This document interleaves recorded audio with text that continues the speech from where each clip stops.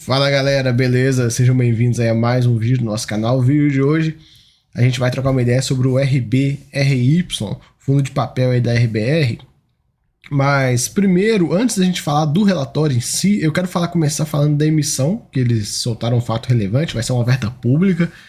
E tem alguns pontos que eu quero trazer aqui para vocês que eu acho bem importante da gente comentar, principalmente para o cotista do RBRP. Aí você vai se perguntar, pô, mas o que tem a ver uma coisa com a outra? Calma que vocês vão entender. Então vamos lá.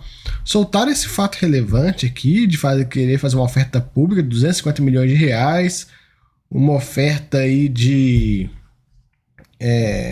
um valor bem curioso, né? Se pegar aqui eu tô até com o telefone aqui na mão para a gente conferir o valor de mercado que o fundo está sendo negociado neste momento. O fundo hoje está sendo negociado a 101,54. Eles soltaram esse fato relevante já tem um tempinho, mas a cota estava rodeando esses valores. A emissão, o valor dela vai ser de 104,96, sendo 101,86 de preço de emissão, mais uma taxa de 3%, R$ 3,10. A taxa puxada, hein? Já começa por aí, já começo dando a primeira canelada na taxa. Que taxinha sem vergonha, né? A emissão tá no VP, pelo menos isso. Porém, cara, que taxa é essa? Que coisa absurda. Esse fundo fez uma emissão há pouco tempo. Foi até uma restrita para captar, não conseguiu captar muito, foi bem aquém a emissão, e agora ele solta uma outra emissão, um pouco tempo depois, uma oferta pública. Aí vem um alerta para o cotista do RBRP. Quem lembra que a gente no RBRP aprovou a Assembleia permitindo que o fundo investisse em CRI, cota de fundo imobiliário, não sei o que, várias coisas. A gente abriu aí bastante, achei ele bem amplo no que ele poderia investir. Será que o RBRP vai entrar nessa emissão aqui para colocar uma grana? Então fica aí de forma bem curiosa se o fundo vai fazer isso, o RBRP vai fazer isso. Porque, cara, se fizer, a gente tem que dar um puxão de orelha, sim. Porque que taxa é essa? Que taxa é essa? 3,04. Faz uma oferta restrita. Se querem fazer isso, se for mesmo isso, faz uma oferta restrita, uma taxinha baratinha, o RBRP vai lá, compra 10 cotas e no montante adicional. Ninguém vai participar, porque está acima do valor. Chega no montante adicional, eles vão lá e despejam um caminhão de dinheiro para pegar o que eles querem. Enfim. Tá aí. Não tem mais dados, pessoal, porque como é uma oferta pública, ela ainda nem foi registrada e tal. Enfim, aí tem que... Ainda vai demorar. Resumindo de forma fácil isso. Ainda vai demorar, porque ainda tem que mandar prospecto preliminar. Aí mexe, vira, vai, sobe, desce, vai, mexe pra lá, pra cá e tal. Até sair, demora aí uns 3 meses. E se sair, eu acho que dificilmente sai, viu? Acho que eles estão só criando um barulho desnecessário no fundo. Sinceramente, eu não vejo motivo de fazer uma emissão nesses moldes aí, a não ser que seja algum movimento pro RBRP entrar e tal, mas como eu falei, né? Compra 10 cotas lá no secundário e despeja o resto com montante adicional. Enfim.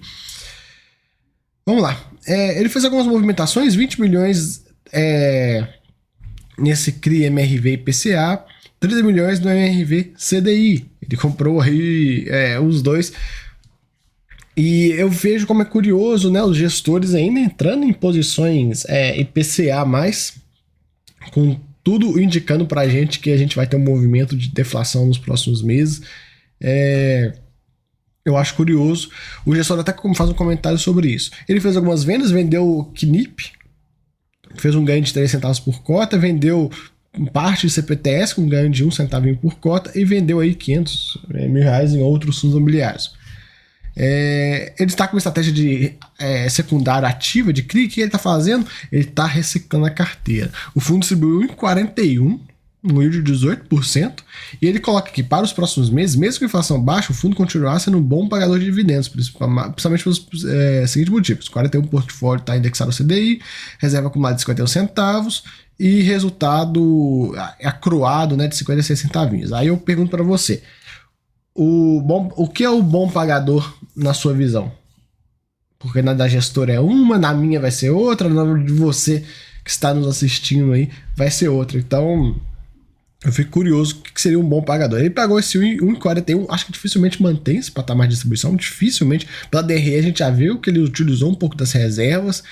Eu acredito aí que ele consegue manter aí no máximo 1,20 por aí. Vamos ver, vamos acompanhar. Primeiro a gente tem que esperar os dados da inflação. Aí, dizem que vai vir negativo e tal. Então vamos acompanhar aí enquanto isso não acontecer. E mesmo assim, pessoal, a hora que vier a inflação negativa, pô, IPCA de julho veio negativo. Só vai impactar daqui a 2 a 3 meses na renda dos fundos imobiliários. Então a gente vai acompanhando como é que vai ser esse movimento. Porém, com o IPCA de maio e junho, que vieram mais pequenininhos, a gente já consegue ter um norte mais ou menos do que vai acontecer. Então a gente vai acompanhando.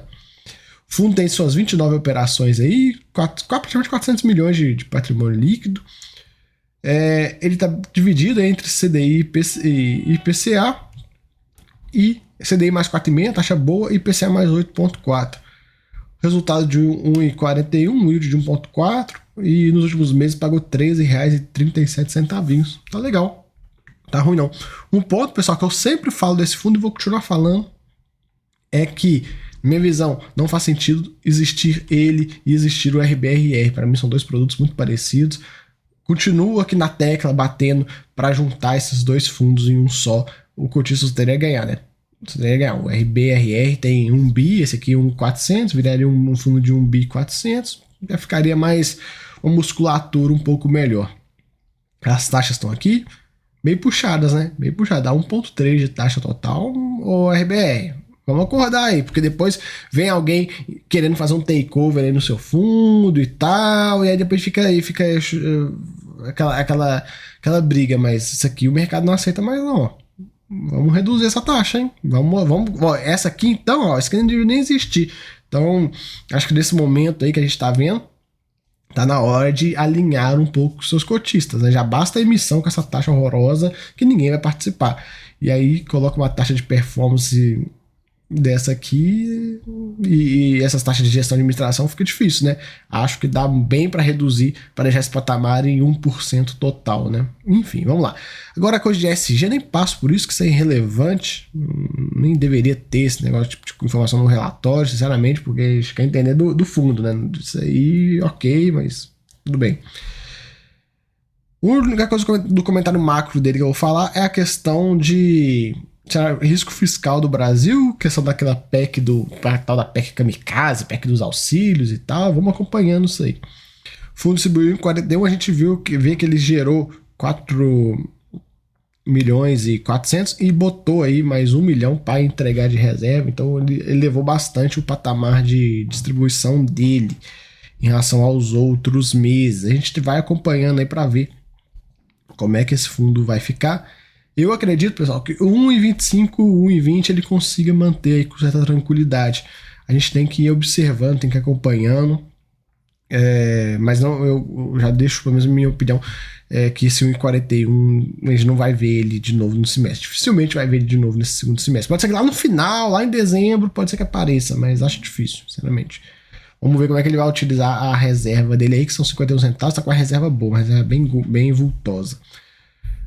Vamos lá. Estratégia. Pessoal, todos os fundos da RBR trabalham com essas 3 estratégias. A pegada deles é essa, a filosofia, né?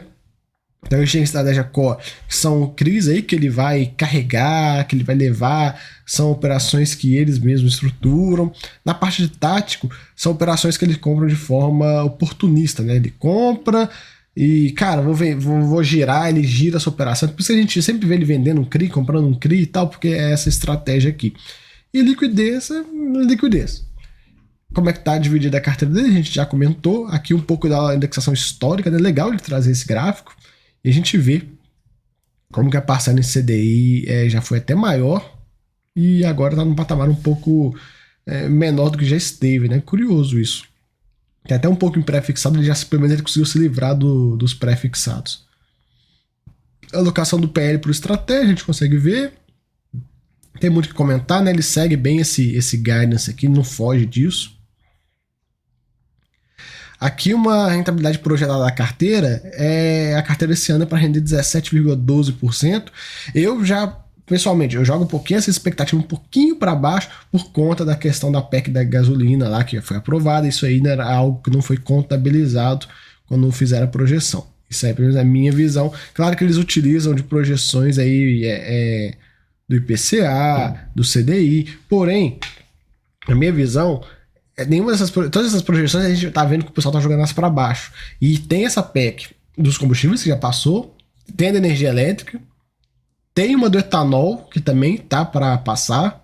Quem quiser mais informação no vídeo do FGA eu comentei sobre. Tem um lance do petróleo russo, do petróleo não, do diesel russo que os caras querem comprar. Então tem vários pontos que podem aí influenciar nessa inflação, jogando ela bem para baixo, né? Se tudo isso acontecer. Claro, tem a questão do risco fiscal, mas o risco fiscal não vai pegar muito nesse ano se vier a ter esse problema. Pode ser que vai pegar mais no ano que vem. A gente vai acompanhando aí, vamos ver como é que vai fechar as contas aí do governo nessa questão toda. E também tem eleição, enfim, ano que vem a gente só vai ter uma ideia do que vai acontecer ano que vem a partir das eleições. Passou as eleições, a gente vai conseguir ter uma ideia do que vai acontecer. Então vamos acompanhar. Ele sempre traz um investment case, uma operação aqui que ele comprou e tal, ou vendeu, então ele coloca pra gente um pouquinho sobre ela. Não tem muito o que comentar, assim, sabe? Aqui um pouco no spread médio, a gente vê CDI mais 4,5%, 41%, IPCA mais 8,4%, 56%. A gente já vem comentando disso, né? As taxas, ambas as taxas, tanto CDI quanto IPCA, são taxas boas, viu, pessoal? Não é ruim, não. Pro nível de operação que esse fundo tem, nível dos CRIs, tá bem interessante. Aqui um pouco do tipo de risco da carteira, foco bem forte no corporativo, tem um pouquinho de financiamento de obra, tal, por carteira pulverizada. O foco das garantias é no Sudeste, principalmente São Paulo. O rating, ele trabalha aqui nesse range de ratings. Como eu falei, né, com a questão do RB e RR, trabalham praticamente no mesmo lugar. Se eu não me engano, o RBRR ele vai só até o BB+, e vai até o AAA. Então, tipo assim, cara, é muito parecido. E se você pegar as carteiras em si também, tem muita coisa parecida. Falando da carteira dele, ele tem algumas posições aí acima de 5%. Pessoal, eu tenho essa convicção pessoal minha, isso é meu. Que o fundo de CRI tem que ter no máximo 5% em cada operação. Mas para o fundo conseguir fazer isso, ele tem que ganhar muito volume, né? Não dá para um fundo igual esse aqui de 400 milhões, ele já não consegue fazer isso tão bem. Agora um fundo de 1 bi e meio, ele já consegue fazer. Então, isso vai depender muito do tamanho do fundo. Então, não adianta simplesmente fixar o conceito. Não pode ser nada mais de 5%. Mas se você pega um fundo pequeno de 200 milhões, 100 milhões, que tá começando, ele vai ter concentrações, não tem jeito. Então, tem que colocar essas ponderações aí. Mas, o ideal é que tenha essas posições bem pequenas. E tirando essas primeiras aqui, o restante é extremamente diversificado. Então, tá bem legal, tá bem tranquilo aí. Ele tem um pouco de fundo imobiliário também, que está dentro da estratégia tática, né, dele, de fazer alguns giros com fundo imobiliário. Eu não sou muito fã desse tipo de estratégia, né? Eu sempre falo que fundo de CRI não tem que ter fundo imobiliário dentro dele e tudo, mas isso é uma coisa que cada vez mais a gente vê os fundos fazendo isso. Pelo menos nesse caso, ele só tem fundo de CRI. Então a gente fica um pouco mais tranquilo, né? Porque o complicado é quando tem fundo de tijolo no meio e aí vira o samba do crioulo doido, um monte de coisa que não tem nada a ver. Um ponto interessante da gente conversar dos fundos é você olhar quanto que esse fundo pagou de rendimento. O RBRR, a gente viu aqui em cima que ele pagou 1,41. 1,41. O VP dele está na casa de seus R$100. Aí você consegue pegar aqui os dividendos no mês dos fundos que ele tem investido. Então você consegue ver quem que pagou acima dele. GCRI pagou, Bari pagou, Cirela não, O CPTS também não. KNCR não, mas KNCR a gente entende totalmente a estratégia, que é a questão do CDIzão. XPCI não. Falei ali, mas pagou melhor. EQI não.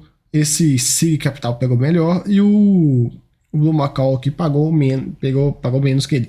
Então, a gente vê aí, eu não vejo muito sentido em você ter posições que estão entregando um yield muito parecido com o seu. Ah, mas você pode até vir falar assim, mas a diversificação em papel. Tá, então pega esse dinheiro e compra papel diretamente, diversifica nos próprios CRIs.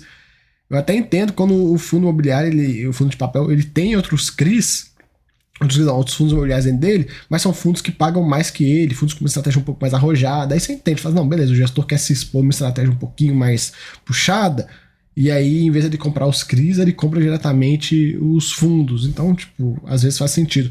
Mas na grande maioria dos casos, pessoal, eu não vejo que esse tipo de estratégia, para mim não faz sentido. Pra mim não faz sentido. Eu não quero que fundo de CRI fique fazendo giro com fundo imobiliário, porque vai girar e tirar 1 centavo aqui, 2 centavos ali, sendo que esse dinheiro poderia estar melhor investido. Pelo menos essa é a minha visão.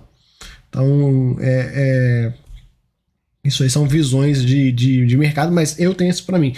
Se eu quero um fundo de papel ou um fundo que investe em outros fundos imobiliários, eu parto por um FOF, eu parto por um Iridium, eu parto por CPTS, que são fundos que fazem isso, né? Tem outros também que fazem isso, mas eu acho que o fundo tem que escolher muito bem a cara dele. Qual que é a minha cara? Eu quero ser um fundo de CRI.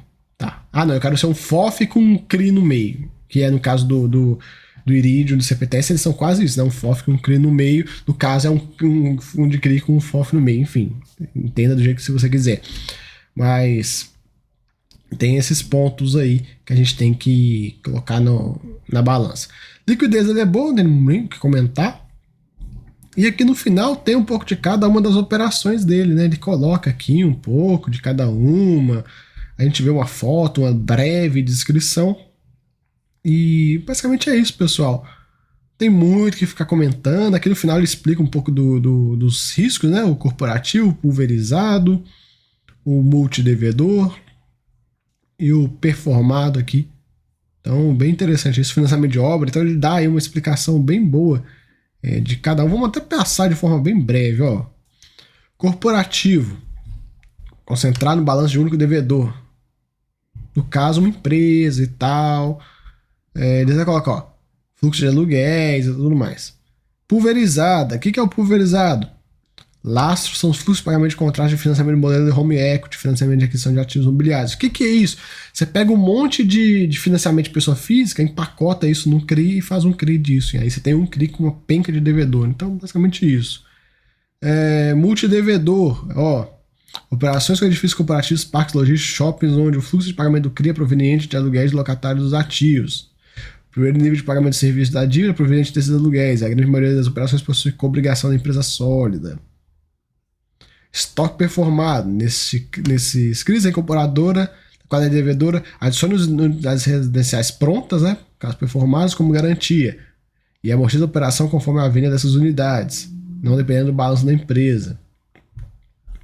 E o financiamento de obra, crédito para desenvolvimento de empreendimentos residenciais, sendo que todas as operações são originais e estruturadas pela RBR. A operação tem característica liberação faseada, ou seja, após a primeira parcela de desembolso, os subsequentes são liberados apenas conforme o andamento da obra.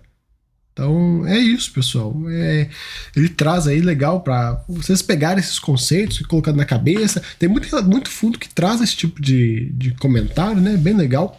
Então a gente vai acompanhando aí o RB RY, ficar de olho com a questão principalmente do RBRP, se ele vai botar dinheiro nisso, se não vai, como é que vai ser essa história aí?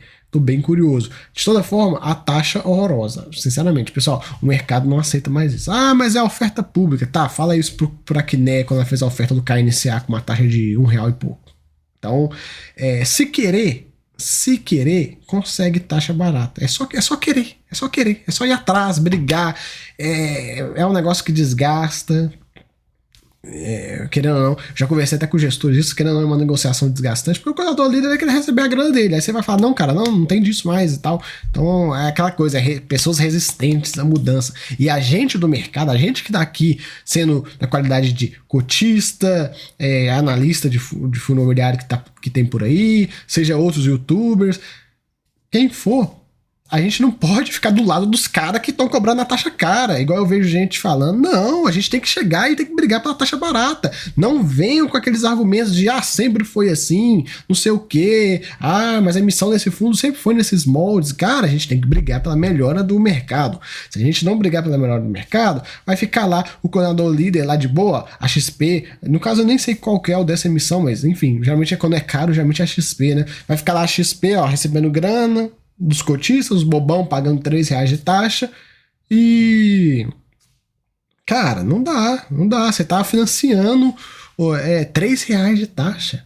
Pensa, a nota de corretagem de um lote padrão de ações da XP, você compra 100 ações lá da empresa, você compra 100 ações da VEG lá, que vai dar uns R$4.000 mais ou menos, eu nem sei quanto é que tá a ação da VEG, se tá R$40, quanto é que tá, não mexo com ação, mas enfim, você compra 100 ações da empresa X, você compra 100 ações do Banco do Brasil, que fica rodeando ali próximo de R$30, enfim, você gasta R$4.000, R$3.000, e a XP, quando vai te cobrar na corretagem, te cobra R$4, eu nem sei se tá R$4, mas antigamente era R$4, R$5, para um lote de R$4.000.